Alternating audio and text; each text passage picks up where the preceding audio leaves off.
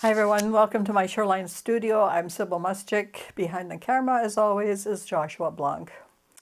So today we're getting down to the nitty-gritty about card making. Now, I think I mentioned last time that I wasn't really too fussy about making cards for sale. However, I do love making cards for my family and friends. So today we are working on the second part of the last snippet. And this has to do with assembling the cards. And we have our little ovals, and I've mounted it on a little piece of background. And I've kept some silver and stuff in there so we have some coordination. Now we get down to the measurements. First of all, you have to measure your envelope. And the envelope has to be just slightly over 5.5, so it's about 5 1/8, and it's supposed to be about 4 1/4, but it's about 4 3/8. So in that case, your measurement for your card is fairly simple. So what I do then is I take a sheet of cardstock, and you can do it two ways. You can do it the easy way and then cut them in half. And we can do that, and you'll see it makes two beautiful cards that are just the right measurement for that envelope. Okay, line everything up carefully. Take your little bone folder. Double check, the carpenters measured twice and cut once. And take your bone folder and run it along. Okay. Now, take it the lengthways this way and do it again. And again, be very careful. Make sure that's right on. Otherwise, all our measurements are going to be a little bit wonky. So if you cut that in half, you have two perfect card sizes for that particular envelope. Okay. And this is an 8.5 by 11 sheet. So that's 4 1/4, right? So for the half. Okay. Anyway, yeah, we have that done already. For here, magic of what I prepared earlier. video. Just show you that. Make sure you do it this way, because otherwise your card is going to look funny. It's going to be this way, right? So make sure it's this way, and then your card opens up like this. I hope it's not as clear as mine. Anyway, okay. So now comes the tricky part. Now, often when you're doing cuttings and things, you may have measurements that are extreme to try and have. So there is a little graphic design trick. And what you do then to get the amount of spacing around your artwork is you take the measurement here, and I've made my sort of a little ruler for myself. It says margin, so here we are, and we want only 1/4 inch of margin, and then you just mark it off, top and bottom.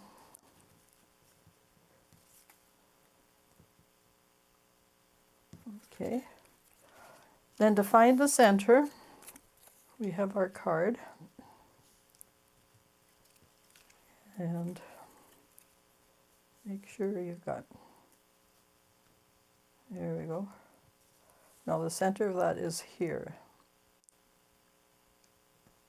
Okay, so, and I've already got a score on it. So then you line it up and you can mark it. Now it's probably a good idea to just mark it close to where your artwork is going to be pasted on. and make your pencil, this is an HB pencil I think, so that you know it's easy to erase. You don't want, so mark top and bottom the same way. Now, and I've already done the sides here for how much margin we want. So line up, and you have to also measure your card. And then the half, so you just do it over like that. And you have exactly the half of the card. Make a little mark.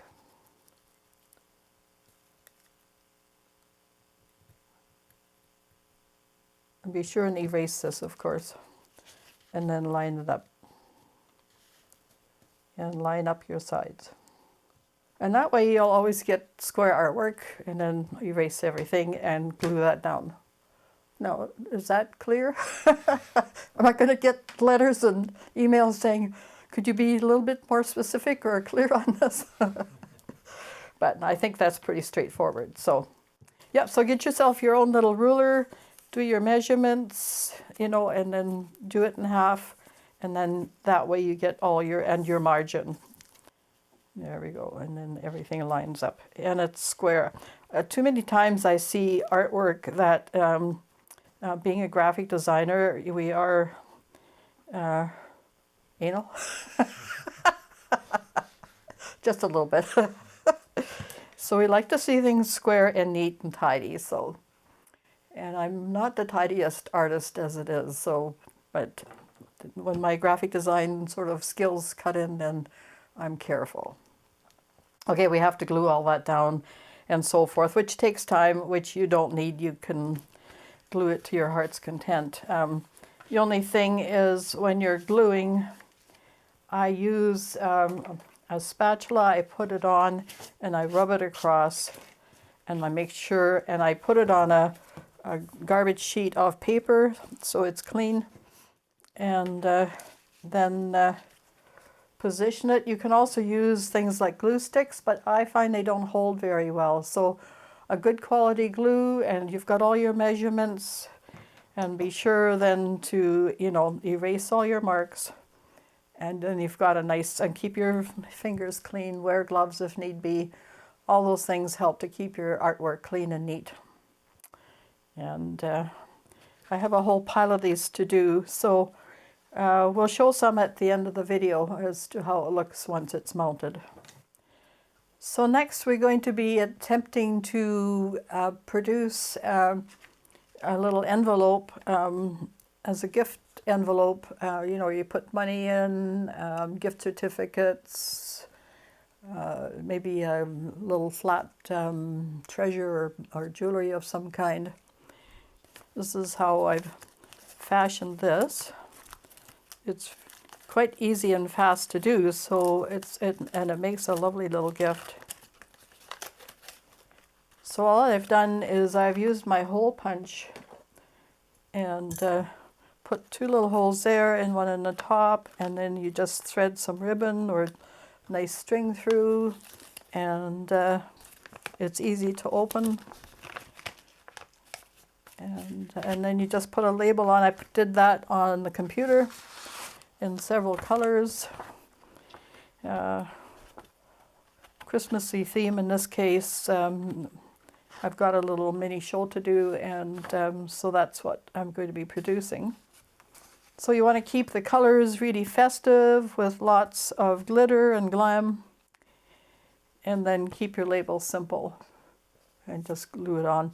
And of course, for the edges of this, I have just used a little ink pad and just rubbed it around the outside edge of that and then glued it down. Couldn't be simpler, and it's very attractive and hopefully sellable. So I have in front of me a texture plate I've done because this is for sellable art. I want everything to be copyright free. And this is one of my texture plates that I did with glue, just on a piece of, what is it, MDF board. And I varnish it, I sand it down, and you can see all the colors. I've used it quite a bit. Now I've done one side already, That was from the last episode, but we need to have the inside of the envelope looking attractive as well. So that's what we're going to do. So for this part, we're going to have some fun with some texture and some more glitter stuff. And I'm going to put my paint on a little plexi pad that I have here and just add some color to it. Now have a look at your artwork so that you're coordinating the colors so that the inside will work with the outside. All right, so we have a bit of violet in there. This is the diazine purple, and it's high flow.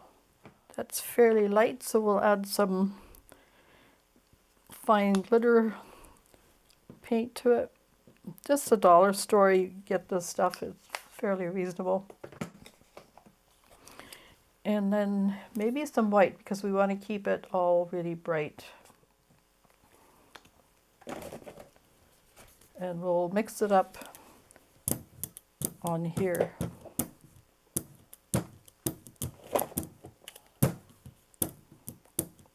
So it goes on really smooth onto a 8x10 gel plate. This is the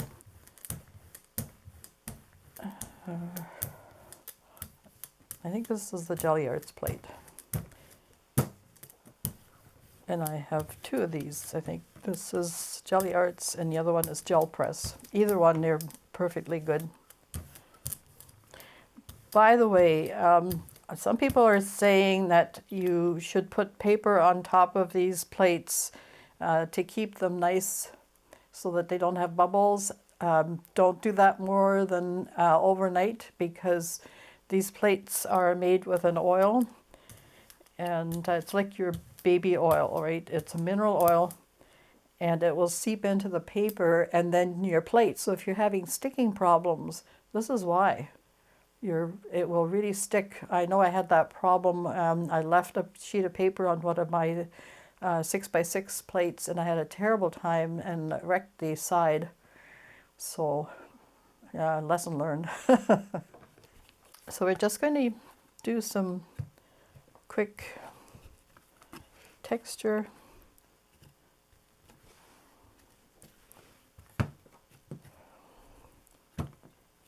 Fun stuff. You can add some bubble wrap texture to it as well. I mean, it is the inside of the envelope, so you don't have to be really wild and crazy. So I usually line my sheet up so it should print pretty well. And to brayer it, just make sure you don't damage the surface. Put another sheet on top and then brayer it with rub it down with my Varin.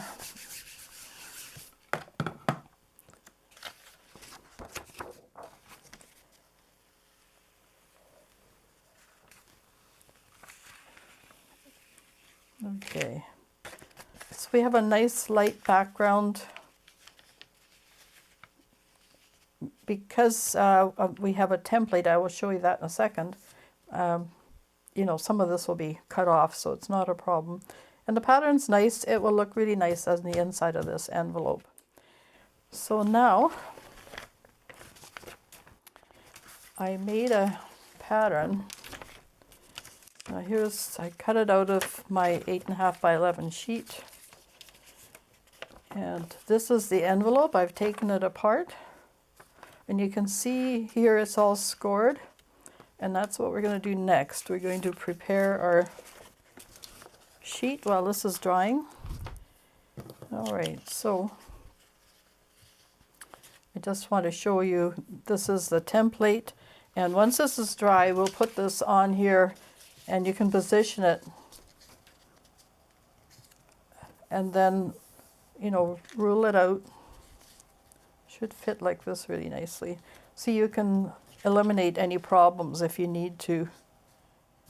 And then we're just going to draw around it. And be careful with this. Use your rulers to make sure everything is straight, otherwise your envelope is not going to line up nicely. And then draw in that little V shape. Hopefully not off too much. Anyway. These little V's are really important because they help you to have an exact measurement that you do the crease on. Now on the internet, there are a lot of templates you can use, and just download them if you want. But this was quite a nice little envelope, and it worked well to do a handmade one. Okay, so now all we have to do is cut. So I've adjusted my envelope measurement a little bit down so that it was in the painted area, and just going to cut it out now, making sure my ruler is square. And we'll cut the little V's out after, but right now do the lines. I'm just using a little benchmark X-Acto knife.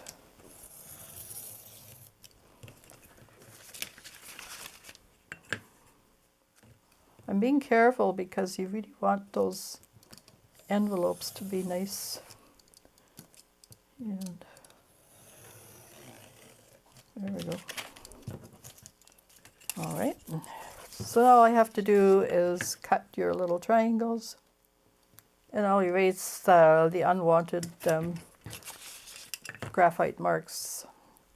Most of them we get rid of anyway when we cut this stuff out. There we go.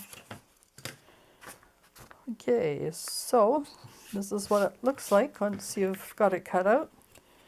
Now, this is a bone folder. I lost this one for a little while. I was absolutely bereft. I had a wooden one, and it just wasn't the same. So this is made from bone. They're quite expensive. They're over $25 or something, so you don't want to lose it. So what you do then is take your ruler and go from one corner to the next. And do this really carefully, otherwise the artwork will, and just score it like this, will show marks. So we'll wait from the edge to the edge here and score it 2 or 3 times so it folds nice, and then the other way as well.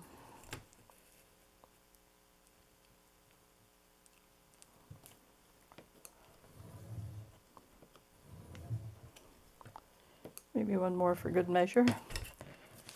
And then you fold it over.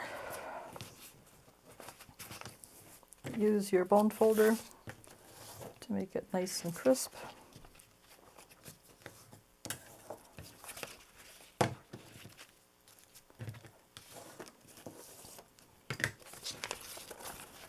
And just assemble. And there we have it. There's our envelope, and all we have left to do is our little punch holes, and there, and then the top. So it looks pretty on the inside because you've gone to the trouble of doing a gel plate print on the inside. And look at how beautiful it is. All right. So I'll put a few more together, and we'll show them at the end with the holes and everything cut. Okay. I sort of measure where the holes go as well, because you have to make sure that everything aligns so I sort of do the center here, and then I line up underneath with where that is. So everything aligns really well. Okay, and there you have it. This is your gift envelope. And then of course I have all these sheets that I've showed you. Just cut one of these out, glue it on the front, whatever. If it looks more like a gift for a man, then maybe take the yellow one. Of course, you could do any color you want. You know, if you have green, some of your Christmas colors, you know, put it on there. And I've left room on these little tags for a little sentiment of some kind. You can, you know, add love and kisses or something. So, whatever. And then it's a personal signature as well. So, well, there you have it for our assembly of items today for the holiday season. Enjoy this process. You know, like I said, measure twice, cut once. Josh is killing himself because that's his day job. He has to do all these things. Anyway, have fun with it, and don't forget to like and subscribe. Thanks so much for watching, and our channel is growing thanks to you. We appreciate it so much. Take care, have a great season, and bye for now.